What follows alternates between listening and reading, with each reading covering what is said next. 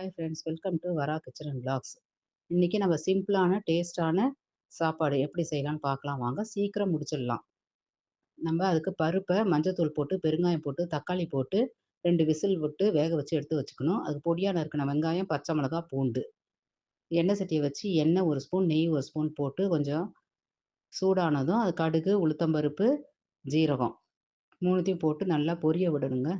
பாருங்க, இது மாதிரி நல்லா பொரிஞ்சதுக்கப்புறம் பொடியாக நறுக்கின பூண்டு அதையும் போட்டு ஒரு வதக்கு வதக்கிட்டு, பொரியா நறுக்குன வெங்காயம், அடுத்தது பச்சை மிளகாய் எல்லாத்தையும் போட்டு நம்ம நல்லா ஒரு வதக்கு வதக்கிட்டு, பாருங்க இந்த மாரி நல்லா பச்சை மிளகாய், 2 முழு காஞ்ச மிளகாய், அது கிள்ள வேண்டாம். சும்மா ஒரு வாசனைக்கு காஞ்ச மிளகாய். அதையும் போட்டு கொஞ்சம் உப்பு போட்டு நல்லா இது வதங்குற வரைக்கும் நல்லா வதங்க வச்சுட்டு, அப்புறம் கடைஞ்சு வச்சிருக்க பருப்பை எடுத்து ஊத்தி கொதிக்க வச்சீங்கன்னா, அருமையான பருப்பு தக்காளி ரெடிங்க.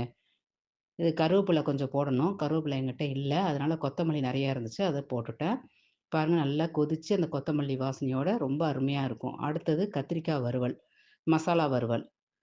அதுக்கு எண்ணெய ஊத்தி வெங்காயம் பொடியா நறுக்குன வெங்காயம், பாருங்க கொஞ்சம் நல்லா செவந்ததும், அதுக்கப்புறம் தக்காளி பொடியா நறுக்குன தக்காளி, அதையும் போட்டு நல்லா கொஞ்சம் வதக்கிட்டு, பொடியா கட் பண்ணியிருக்கிற நம்ப கத்திரிக்காய், தேவையான அளவு உப்பு, இடிச்சு வச்ச பூண்டு, பாருங்க பொடியா நறுக்குன கத்திரிக்காய் எல்லாத்தையும் போட்டு நம்ம நல்லா 2 பெரட்டு இப்படி பெரட்டிட்டு கொஞ்ச நேரம் மூடி வச்சுட்டு, கொஞ்சம் வெந்ததுக்கப்புறம் மூடி வச்சுட்டு கொஞ்ச நேரம் வெந்ததுக்கப்புறம் லேசா தண்ணி தெளிச்சுட்டு, திருப்பி 2 பெரட்டு. பெரட்டி நல்லா விட்டு கத்திரிக்காய் வெந்ததுக்கப்புறம் நம்ப பாருங்க, கொஞ்ச நேரம் மூடி வச்சு வெந்ததுக்கப்புறம் கொஞ்சம் மிளகாத்தூள், நம்ப கருவேப்பிலை பொடி, வீட்டிலேயே ரெடி பண்ணி வச்ச கருவேப்பிலை பொடி. இந்த கருவேப்பிலை பொடி ரெசிபி வேணும்னா, நம்ப சேனல்ல போய் பாருங்க. டிஸ்கிரிப்ஷன்ல நான் லிங்க் குடுக்குறேன். பாருங்க கருவேப்பிலை பொடி. எல்லா சமையலுக்கும் இந்த கருவேப்பிலை பொடி கொஞ்சம் சேர்த்துக்கிட்டீங்கன்னா நல்லதுங்க. கருவேப்பிலையா முழுசா போட்டா பிள்ளைங்க சாப்பிட மாட்டாங்க. இது மாரி பொடியா போட்டீங்கன்னா, குழந்தைங்க சாப்பிடுவாங்கங்க. இது மாரி நல்லா கொஞ்சம் மூடி வச்சு செவக்கா வறுத்து எடுத்தீங்கன்னா, அருமையான தொக்கு மாரி இருக்குங்க இது.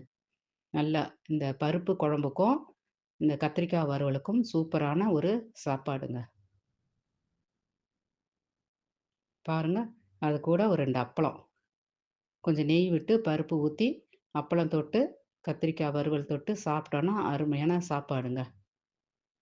வாங்க சாப்பிடலாம்.